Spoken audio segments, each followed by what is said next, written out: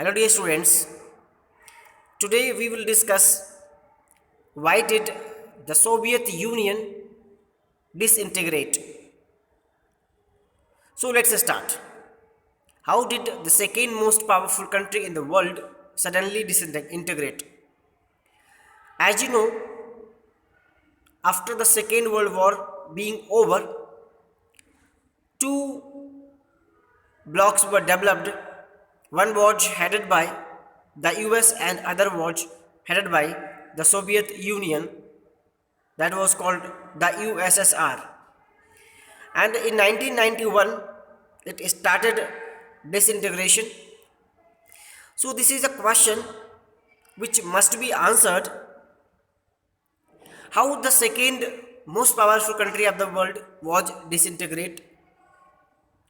And this question is asked in two references.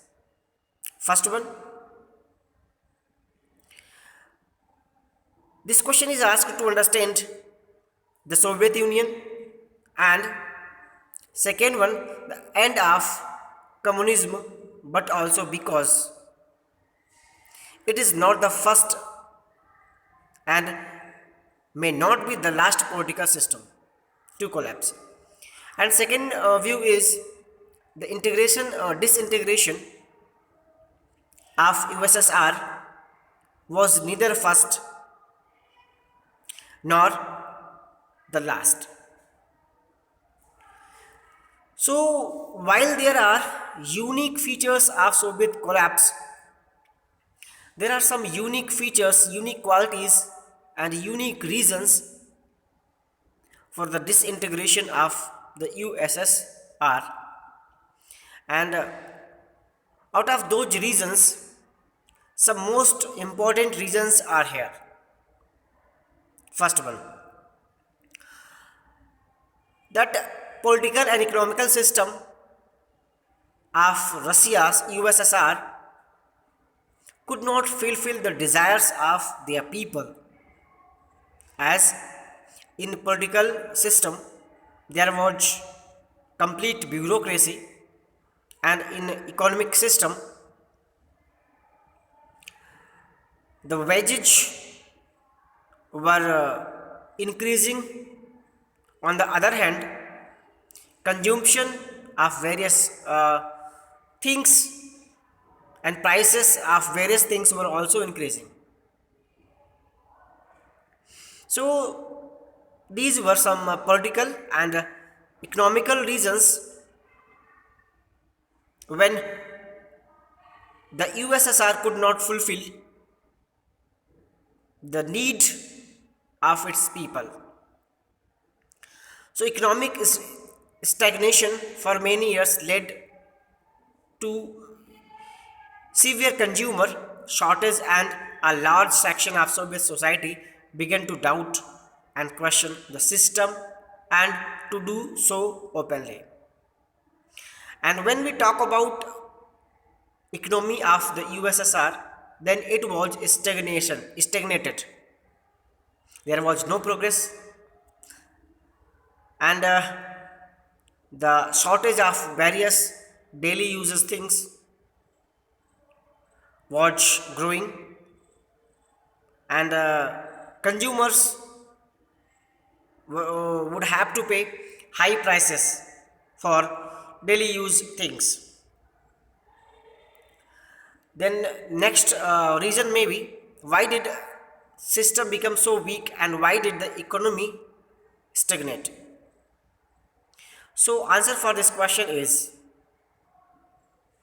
we know that some eastern countries or eastern part of the Europe was also in the group of USSR. So USSR consumed its capital in developing nuclear weapons, and the development of eastern part of Europe, which was in USSR's control. So the Asian countries, five Asian republics,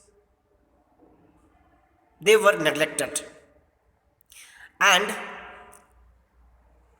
the burden of development in the East Europe, the burden of development of nuclear weapons was put on the shoulders of the people in Eastern USSR. So the ordinary people were quite dissatisfied with these economic steps, as they had to pay for the development of eastern part of Europe, for the development of armaments, especially nuclear weapons. So there was dissatisfaction in the hearts of people, and they thought what they thought system was better than Western capitalism. The reality of its backwardness came as a political and psychological shock. So earlier, when these Asian republics joined USSR, they thought that the position of USSR in every respect, in development, in capitalism, and in other forms of betterment, was better than that of the US. But when these situations arose, when the common people had to pay for others, then they felt shock and became aware of the reality. And this was also a reason for the disintegration of the US. The Soviet Union had become stagnant in an administrative and political sense as well. When we talk about political activities, administrative activities, then it is believed that in the same way as the economic system was on stagnant situation position, same the political and administrative systems were also became stagnant. There was no development all around the USSR for the 70 years, and the Soviet Union for over 70 years was not accountable for the people, and slowly the Soviet government started pulling itself back from the responsibilities of a government in which through which government makes policies for the betterment of the common people. Ordinary people in that region, especially in Asian region, felt alienated. They felt that they were getting no support from the government, they were getting no support from the government employees, and on the other hand, the economy was also stagnant. So these were some reasons why the USSR was collapsed. No doubt, Mikhail Gorbachev made some powerful and useful reforms, but those reforms could not be applied effectively and could not catch up with the West Europe. You may wonder why the Soviet Union collapsed in spite of Gorbachev's accurate diagnosis of the problem and his attempt to implement reforms. So you may feel some shock or you may be surprised, and we know that Mikhail Gorbachev made some useful reforms, powerful diagnosis of the problem, but even then the USSR collapsed. Why? So answer for this question, the disintegration of USSR even after the reforms of Mikhail Gorbachev, are more controversial. So these answers must be left for the forthcoming historians. The most basic answer seems that when Gasho carried out his reforms and loosened the system, he set in motion forces and expectations that few could have predicted and became virtually impossible to control. So, the answer for the question may be given in these words that when Mikhail made some reforms and gave freedom to people, at that time, some part of the USSR became so free that it was impossible to control those free places again, free regions again. So finally, it was uh, dissected from the USSR. There were sections of Soviet society which felt that Garshow should have moved much faster. And there are two different opinions about the reforms of Garshow. Some sections of the society felt that the reforms should be made in a faster pace, while others are giving reason that they should be much more slow. So there are differences in the opinion of the people of society about the reforms made by Garshow. In this tug of war, Garshow lost support on all sides and divided public opinion. Even those who were with him became disillusioned as they felt that he did not adequately defend his own policies. And the situation was completely changed. Mikhail was unable to decide what to do, and that's why he lost support from all the sections of society. Even his dear and near ones were also becoming away from him one slowly and slowly. Alls might not have led the collapse of Soviet Union, but for another development that surprised most observers and needed many insiders: the rise of nationalism and the desire for sovereignty. And we had different reasons up to now, but the most powerful reason is that by that time the people of different regions, they have tasted freedom, and now they were firm to get sovereignty, independence, and they were full of nationalism. So these feelings of nationalism, sovereignty, and independence were also the reason for the disintegration of Russia.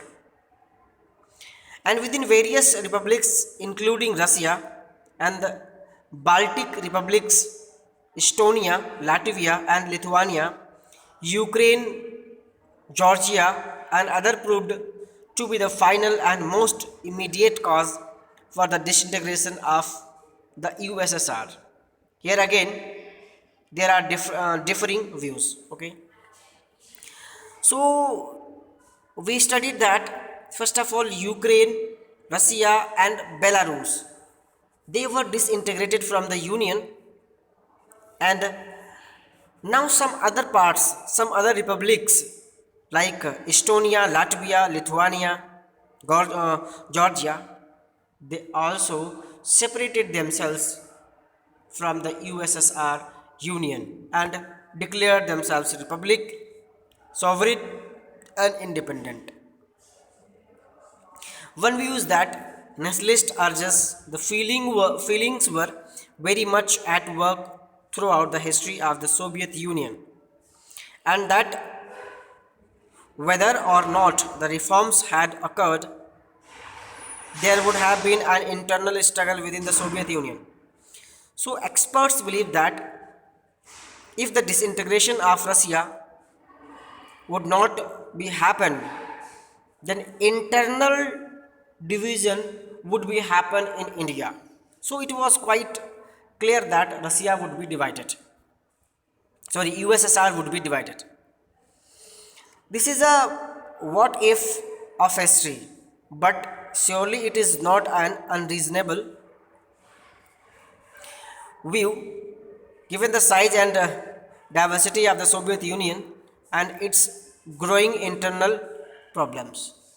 So the view that is given by the historians that if Russia would not be disintegrated, then internal conflicts would have been started because Russia has covered the vast area, and inside Russia there was complete diversity.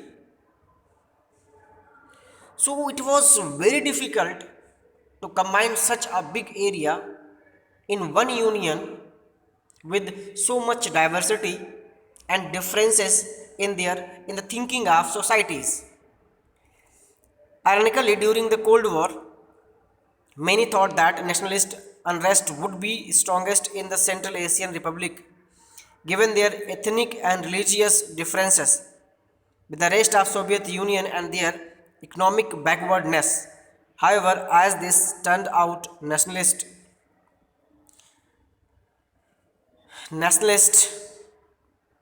dissatisfaction with the Soviet Union was strongest in the more European and prosperous part in Russia and the Baltic areas as well, the Ukraine and Georgia. Ordinary people here felt alienated from the Central Asia and from each other, and concluded also that they were paying too high an economic price to keep the more backward areas within the Soviet Union. So overall, the common people were alienated. They had to put the high taxes. They had to pay uh, prices for the development, some specific parts of the USSR Union. So it was quite clear that the USSR would be disintegrated. So, dear students, in this class we studied about the disintegration of the USSR. In next class we will study consequences of disintegration. Thank you for watching this video.